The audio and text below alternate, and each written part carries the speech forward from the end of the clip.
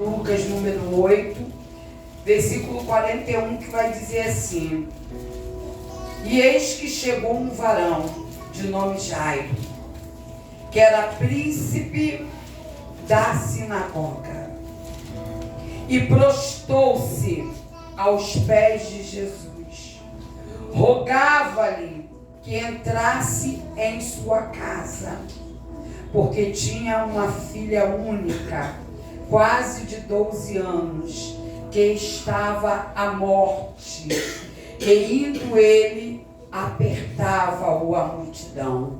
Amém? A igreja pode se assentar, louvando, bendizendo o nome do Senhor. Acho interessante que na quarta-feira Deus deu uma palavra também dentro de Lucas, falando de Zaqueu, de homens improváveis.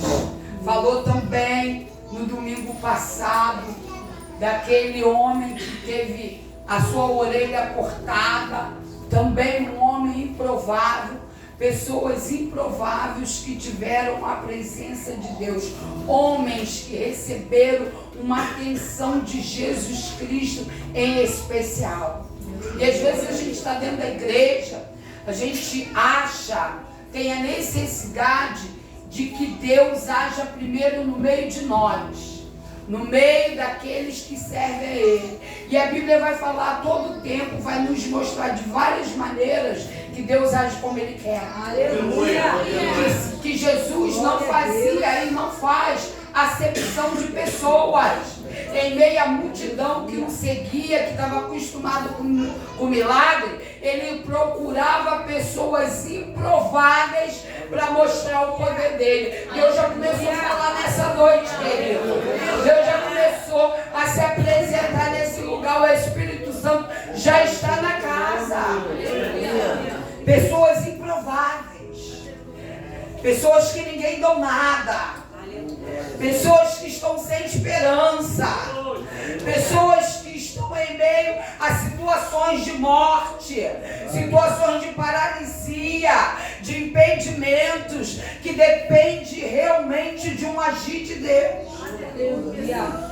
A Bíblia vai nos dizer que Jairo era um homem religioso. Quem era Jairo? Não tem sobrenome. Não tem outro histórico sobre Jairo, mas que ele é um homem religioso, um homem governante de uma sinagoga, uma autoridade judaica, um líder respeitado em sua comunidade, entre o seu povo. Mas tudo isso não foi suficiente. Esse respeito, essa religiosidade, essa patente dentro da sinagoga, essa autoridade judaica, essa liderança não foi suficiente. Ele reconheceu uma deficiência. Entendeu que a religião é coisa do homem e não de Deus. E às vezes é isso. Ainda não alcançamos algumas coisas porque somos religiosos. Estamos apegados a conceitos de religião, mas não do prover de Deus, da ação de Deus, daquilo que Deus realmente tem para nós. E esse homem, ele vai entender isso no leito de dor. Esse homem vai entender isso no momento em que a sua família perece, em que sua filha está agonizando, ele como pai não tem mais o que fazer, a sua religião não dá retorno a ele. Quantos de nós religiosos, olha, não pode comer sem fazer o sinal da cruz, olha, não pode deixar a Bíblia fechada dentro de casa, tem que estar aberta, no Salmo 23, no Salmo 91. Em nenhum momento na nossa história a gente vê a Bíblia falar sobre isso. Olha, não pode passar debaixo da escada. Não pode andar de ré, não pode andar de costa. Olha, tantas situações de religiosidade. não pode comer carne na Semana Santa, não pode pentear cabelo, não pode varrer casa. Nada disso a Bíblia vai falar sobre isso. Mas Jairo vai entender que a religião pode mandar um homem para o inferno, meu Deus, e levar consigo toda a sua família. Sério isso, né? A gente precisa entender conceitos de religiosidade. Jairo era um homem de posição e grande importância. Era um homem que exercia uma posição honrada na sinagoga, mas ele era um pai. Um pai. Independente de tudo isso, ele era um pai, um homem que sentia dores, um homem que amava seus filhos, a sua única filha, diz a Bíblia, a única filha. Um homem que acredita estar servindo a Deus do jeito dele, mas ele começa a entrar numa crise agora. Como eu falei, a Bíblia não vai revelar o seu nome completo, não vai dar detalhes da sua aparência, da sua rotina diária, mas no entanto, Jairo vai fazer parte muito importante dentro dessa história. O que vai acontecer na vida do Jairo pode nos ajudar a entender a profundidade de uma pessoa de fé, de devoção a Deus e à família. Não é religião, porque tem muitos homens religiosos subindo no altar da casa do Senhor, pregando, falando em mistério, fazendo tantas situações, liderando a igreja, chega em casa e espanca a mulher. Quando não espanca, agride a mulher com palavra, com grossura. Homens sem paciência, assim como a mulher também.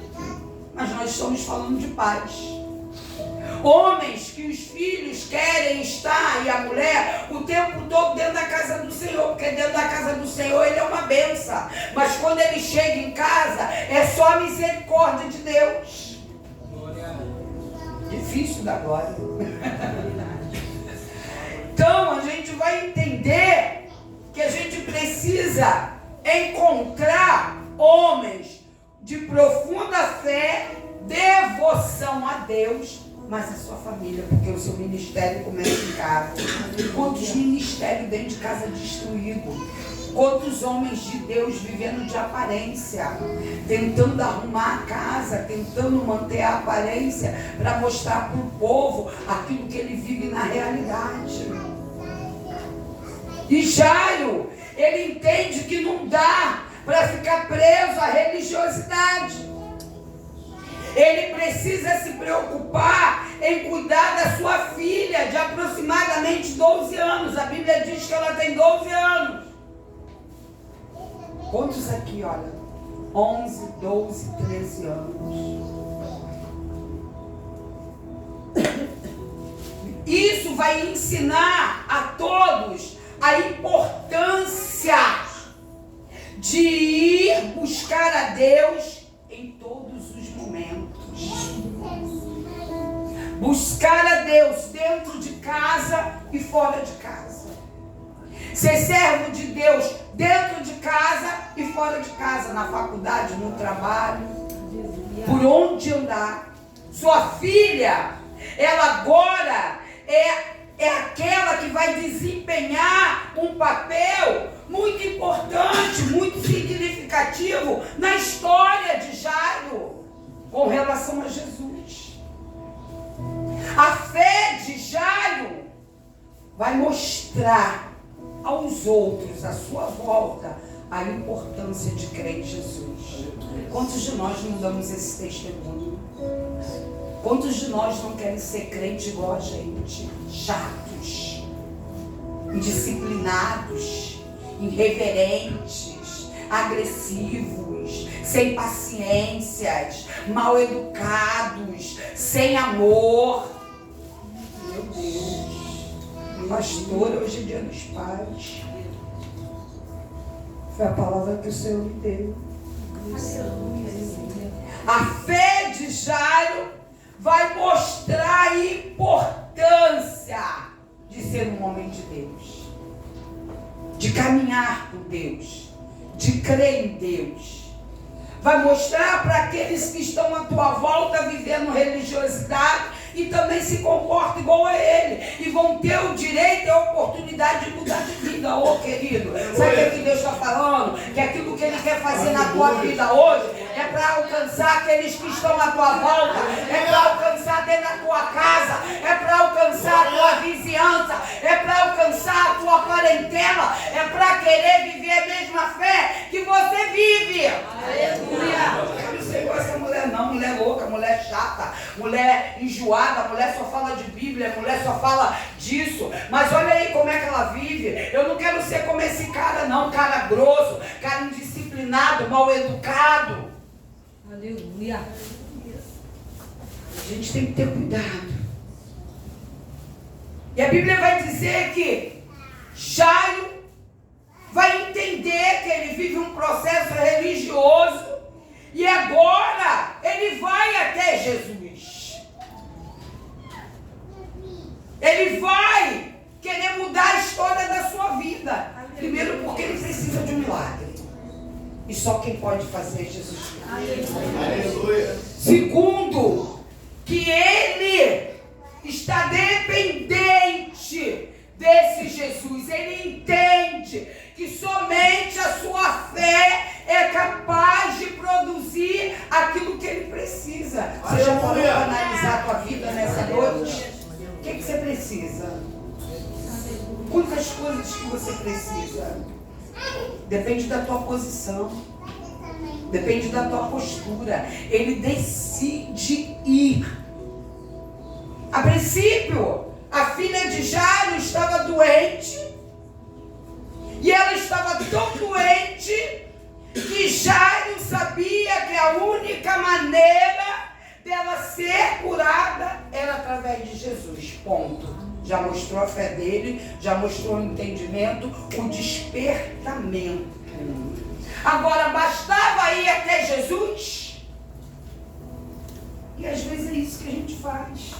Sai de casa, vou até Jesus. Será que a gente está indo até Jesus mesmo? Jesus a gente não vai só na igreja, não. A gente vai atrás dele em qualquer lugar. Aleluia. Jesus estava viajando, diz a história, de cidade em cidades, curando muitas pessoas de doenças e espíritos imundos. Observe que Jesus ele não está dentro de quatro paredes. Observe que Jesus não está preso com seu discípulo, querendo pregar dentro de casa. Ele vai do lado de fora. Ele vai buscar os necessitados, as pessoas doentes e possessas de espíritos imundos. Jairo tinha ouvido falar das curas que Jesus realizava. Sabia que então ele seria o único que poderia curar sua filha. E agora Jairo sai à procura de Jesus para pedir que venha e ponha a mão sobre a sua filha. Ele quer só que Jesus ponha a mão sobre a sua filha. Não precisava de muita coisa. Jesus estava na Galileia.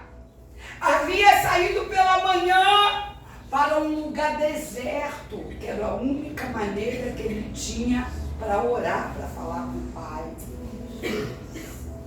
Agora, quando Jesus volta, Jesus já havia realizado várias curas, já havia dado várias instruções ao povo e pediu, olha, não conte a ninguém. Jesus sabia o que estava por vir, o que estava para chegar na sua vida. Ele não precisava que as pessoas divulgassem o que ele fazia, mas quem ele era. Aleluia. Mas Jairo encontra Jesus e pede que viesse e imponha as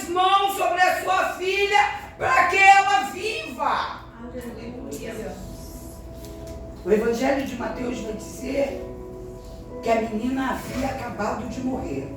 Mateus 9:18. Marcos vai dizer que Jesus chega, antes de Jesus chegar, a filha de Jairo já estava morrendo. E Lucas vai dizer que ela havia morrido no versículo 49, estando ele ainda falando, chegou um dos príncipes da sinagoga dizendo: a tua filha já está morta, não incomodes o mestre. Imagina o golpe. Olha o golpe da espada de Pedro. Alguns golpes não precisam de espada. Notícias, falas, situações que você não sabe nem dizer de onde veio. Na segunda-feira, depois que eu ministrei aquela palavra, eu fui golpeada, seriamente. Eu não vou abrir na íntegra porque não convém no momento. Eu fui golpeada tão seriamente que eu lembrei da palavra que eu havia ministrado e eu não sabia de onde tinha vindo o golpe.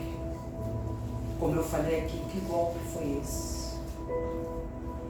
O golpe foi tão forte que me fez descer ao chão, diante de um altar que não era da nossa igreja, de uma outra igreja, e pedir a presença de Deus que se apresentasse sobre os servos dele. Nós temos sido golpeados todos os dias. Então, como eu estava dizendo, Lucas vai dizer que no meio do caminho, um príncipe da sinagoga avisa que a filha de Jairo morreu. E agora? Mas no versículo 55 vai dizer que o Espírito retornou. O que quer dizer que ela havia morrido, mas Jesus a ressuscitou. Então não há dúvida mais. Quando a gente olha Marcos e Mateus, a gente vai ficar com dúvida. Mas quando a gente chega em Lucas, um completa o outro. Agora a menina está morta.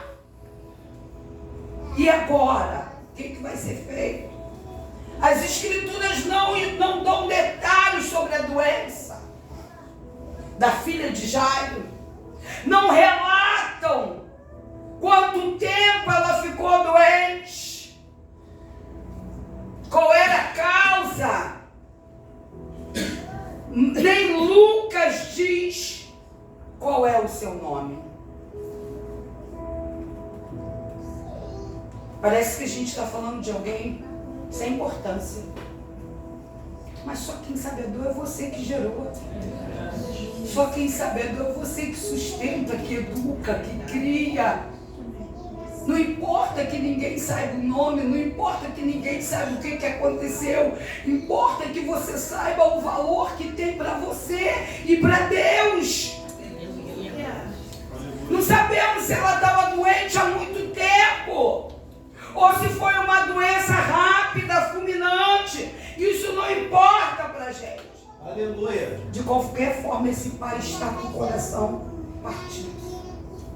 Essa mãe, que a mãe, ela sente de uma maneira diferente, ela demonstra de uma maneira diferente. Ela está desesperada, ela está em luto, ela está em lamento. Mas esse pai continua procurando Jesus. Mesmo no momento mais difícil da sua vida, ele encontra forças para continuar a sua caminhada. A sua busca, aquilo que ele tinha determinado sobre a sua vida. Ele tinha determinado a cura da sua filha. O que você determinou no dia de hoje, dia dos pais? Todo ano comemora, o mundo comemora. O que você tem determinado para a tua vida? Mesmo em meio a notícias que tentam te parar, te paralisar. Situações que se apresentam diante de você para te enfraquecer, para você não seguir, para você retroceder, voltar atrás. O projeto é um projeto de cura, de libertação e salvação. Como é que você vai alcançar se você retrocede? Seria muito mais fácil aceitar aquela palavra. Seria muito mais fácil do que ficar procurando Jesus no meio da multidão. Mas Jairo alcança Jesus. Aleluia. Em meio à multidão. E Jesus o acompanha. Aleluia. Para ir ver a sua filha. Canta. Começa a trazer a existência para a tua vida. Jesus vai dispensar a multidão e vai levar junto consigo somente 3 dos seus discípulos.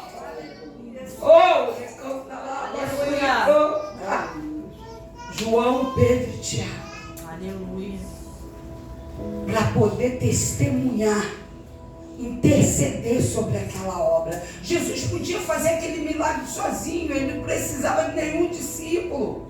Mas ele vai levar os 3 que vão aprender o ministério para exercer lá na frente. Querido, para de querer andar sozinho, para de querer andar com as tuas próprias pernas, para de querer te fazer da tua maneira. Você precisa estar inserido no meio, junto. A fé de Jairo era tão forte, tão firme, mesmo ele sendo um homem religioso, que ele acreditava que Jesus poderia curar e ressuscitar sua filha. Curar e ressuscitar. Às vezes nós não recebemos porque pedimos mal. Temos que saber como pedir. Ele poderia pedir a Jesus que somente ressuscitasse a sua filha, mas ele queria a sua filha curada. Aleluia! A gente tem que entender isso, como que a gente pede as coisas. E a Bíblia vai falar que um príncipe da sinagoga se aproxima para informar a Jairo que a sua filha havia morrido. Sabe o que ele estava dizendo? Não adianta mais não, querido. Jairo, para por aí mesmo. Pare de incomodar a Jesus. É isso que ele vai dizer aqui, ó, no versículo. Pare de incomodar o mestre. Não adianta mais. Sabe o que isso vai nos fazer entender, viver? Parece aquele tipo de pessoa que está esperando só um momento para te dar uma cravada, para te trazer a má notícia, esperando todo o tempo em meio às brechas de te dar uma rasteira.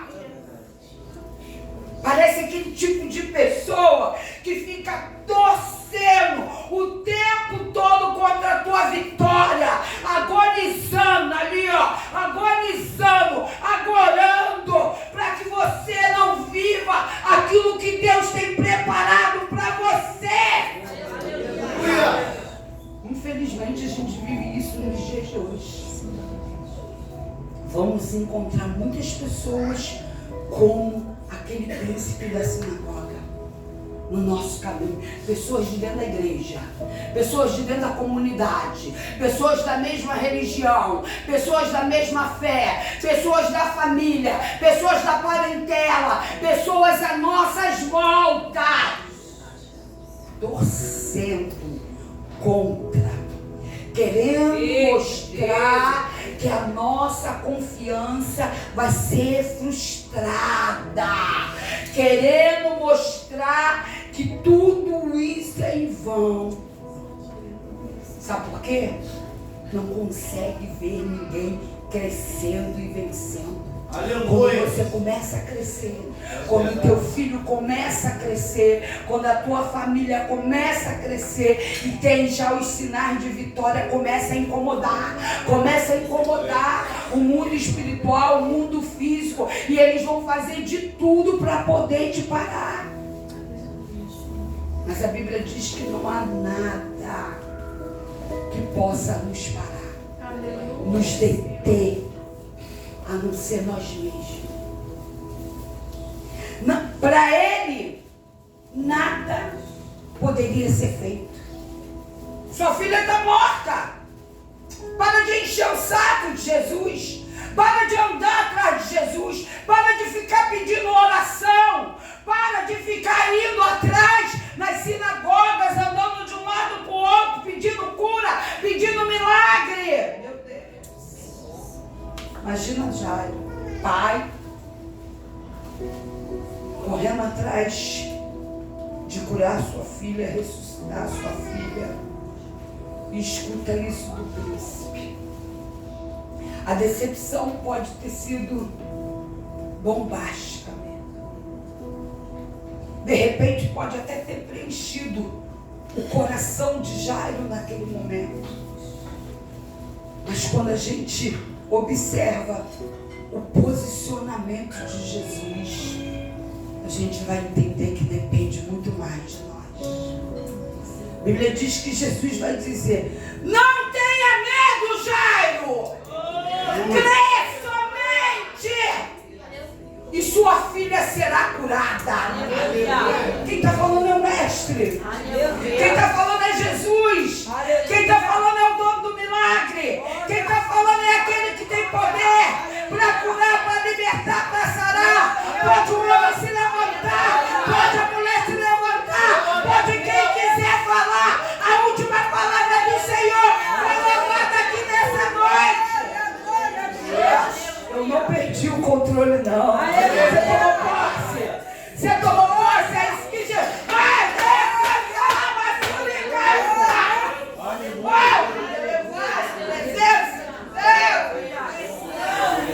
Eu não perdi o controle, não. E vou dizer uma coisa. Olha o que Jesus está falando aqui, o Espírito Santo.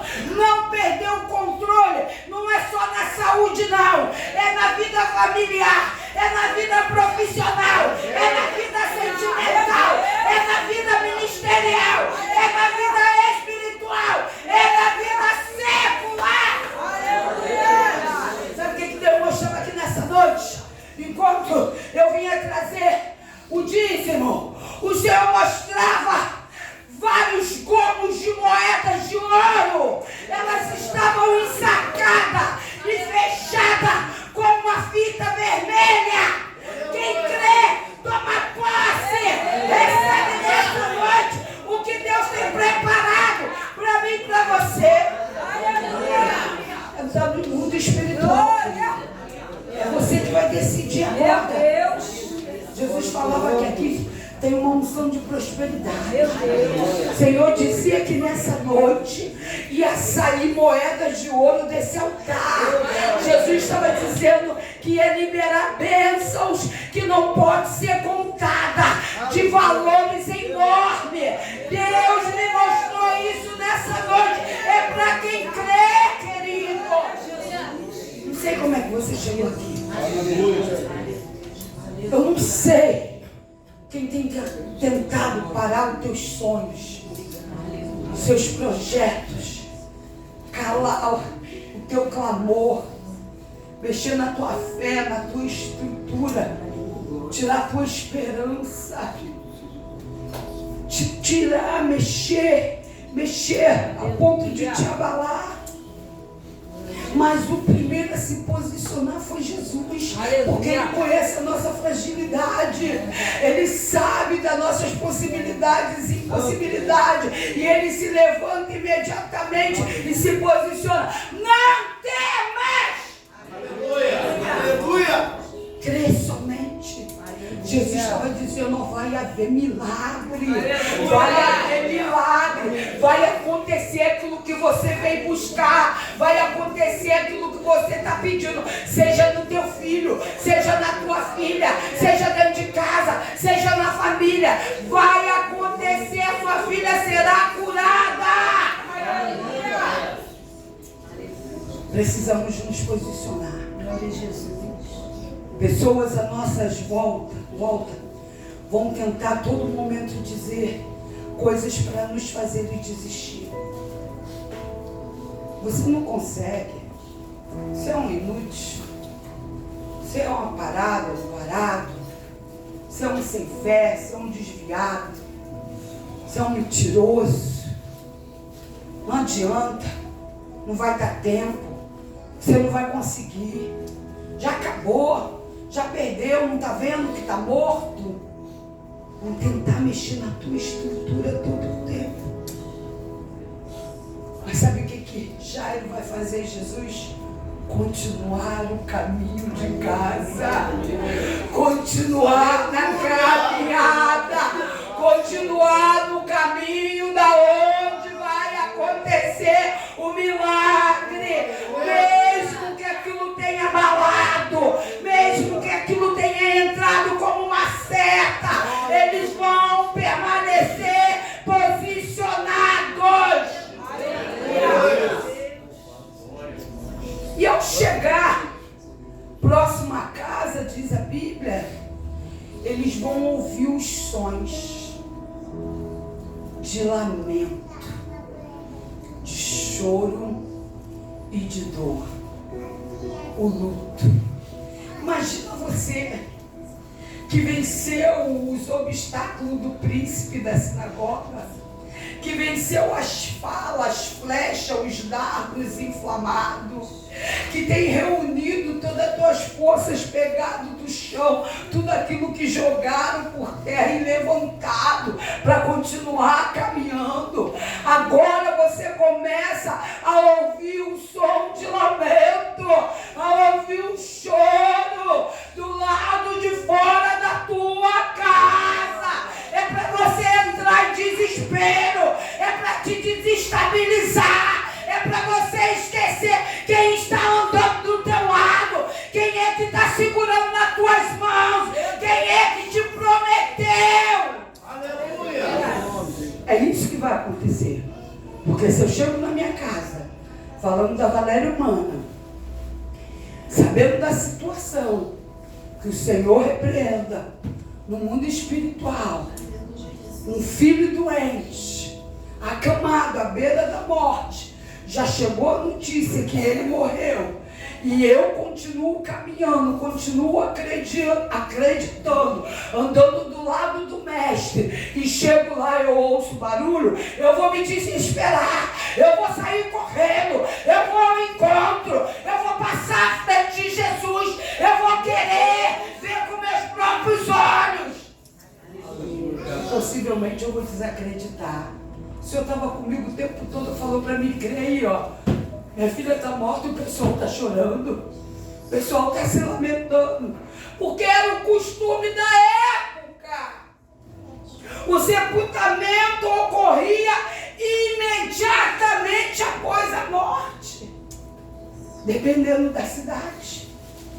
Então o cortejo fúnebre da filha de Jairo já estava preparado, e logo aconteceria o enterro. É isso que Satanás faz na nossa vida, é isso que Satanás nos deixa enxergar. Acabou. Para que eu vou continuar? Para que eu vou prosseguir? Eu vou murmurar mesmo. Agora não me resta mais nada. Agora eu não quero mais nada. Eu não quero saber de pastor. Não quero saber de igreja. Não quero saber de Deus. Meu Deus. Como se Deus tivesse culpa de alguma coisa. Era por isso que aquelas pessoas estavam ali. Elas estavam aglomeradas na casa de Jairo. Inclusive as carpideiras profissionais que cantavam no funeral. Eu fico tentando imaginar o desespero de Jairo. Eu fico tentando imaginar a posição daquela mãe dentro de casa, ao corpo do seu filho, da sua filha, entendendo que o seu marido tinha saído para buscar milagres. Muito obrigada. Aleluia. Eu fico imaginando a situação, fico tentando visualizar, mas no meio de toda aquela agonia, de todo aquele choro, de toda aquela lamentação, Jesus vai se apresentar e vai falar ao povo: pare de lamentar! Pare de chorar! Ela não está morta! Ela dorme!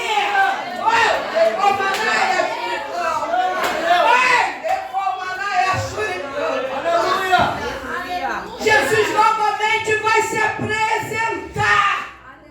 Porque aquele homem está desestabilizado. Por mais que ele tenha muita fé, aquele homem deve estar desesperado. Jesus vai entrar na casa junto com os discípulos. Jesus vai pegar a mão da menina, vai pegar a menina pela mão e vai ordenar que ela levante. E muitos vão rir, muitos vão debochar de Jesus. Levanta, lava. É isso que acontece na hora da nossa vitória. É isso que acontece na hora da provisão. É isso que acontece na hora que Deus se apresenta. O diabo vem tentar mexer na nossa fé, na nossa estrutura. Meu Deus. A Bíblia diz que Jesus pega a menina pela mão e ordena que ela levante. E ao tocar a mão da menina, se levanta uma outra situação. No meio da situação que está prestes a acontecer o milagre, fica ligado. Tem situações que têm se levantado porque sabe que está chegando a hora. Está chegando o momento. Vai mexer na tua ótica, na tua visão espiritual. Quer tirar a tua atenção, quer tirar o teu foco. Sabe que tem milagre para acontecer. Pela lei de Moisés, Jesus estava cometendo um ato impensável. Não se podia tocar em pessoas mortas. E está confirmado que a menina está morta. E Jesus, o Nazareno, não podia tocar em morto. Jairo, que era um líder judeu, sabia disso. Olha aí a confusão. Olha aí toda a situação contrária se levantando para essa vitória não chegar. Mas ela já está na porta. Ela já está dentro de casa. Deus diz que está dentro de casa. Para alguns já está dentro de casa. Jesus já entrou na casa. Jesus já acessou a situação. Aleluia. Jairo, como líder, sabia que Jesus não podia fazer aquilo. E Jesus, se ele fosse uma pessoa comum, estava considerado como impuro. Tocou no morto. Mas Jesus é aquele que purifica, é aquele que faz milagre, que traz vida.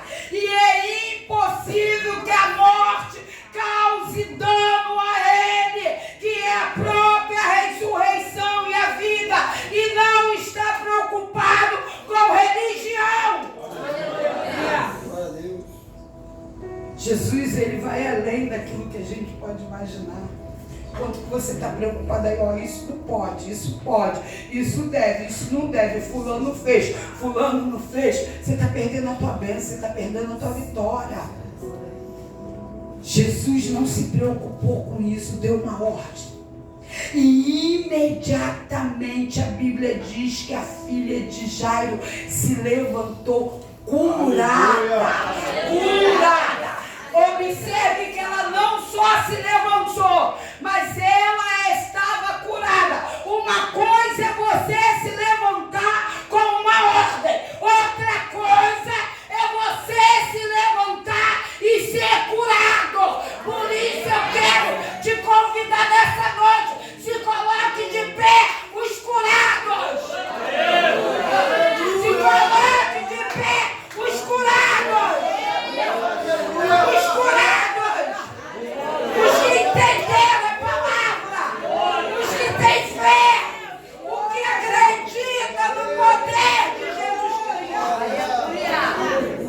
Somente os curados vão ficar de pé.